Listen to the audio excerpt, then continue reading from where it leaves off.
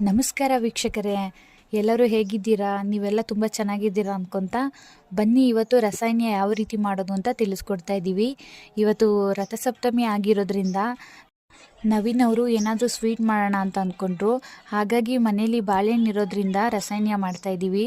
ಮೊದಲಿಗೆ ಬಾಳೆಹಣ್ಣ ಹಚ್ಚಿಟ್ಕೊಂಡಿದ್ದೀವಿ, ಸ್ವಲ್ಪ ಕೊಬ್ಬರಿನ ತುರಿದಿಟ್ಕೊಂಡಿದ್ದೀವಿ, ಅವಲಕ್ಕಿನ ನೆನೆಸಿಟ್ಕೊಂಡಿದ್ದೀವಿ, ಬೆಲ್ಲನೂ ಕುಟ್ಟಿಟ್ಕೊಂಡು ಹಾಗೆ ಏಲಕ್ಕಿನೂ ಸಹ ಕುಟ್ಟಿಟ್ಕೊಂಡಿದ್ದೀನಿ. ಇವಾಗ ಎಲ್ಲನ ಮಿಕ್ಸ್ ಮಾಡೋಣ.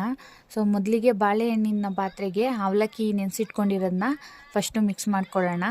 ಮಿಕ್ಸ್ ಮಾಡ್ಕೊಂಡಿದ ನಂತರ ಬೆಲ್ಲ, ಕಾಯಿ ತುರಿ, ಏಲಕ್ಕಿ ಇಷ್ಟನ್ನ ಹಾಕಿ ಚೆಂದ ಮಿಕ್ಸ್ ಮಾಡಿ ಇಟ್ಕೊಳ್ಳೋಣ.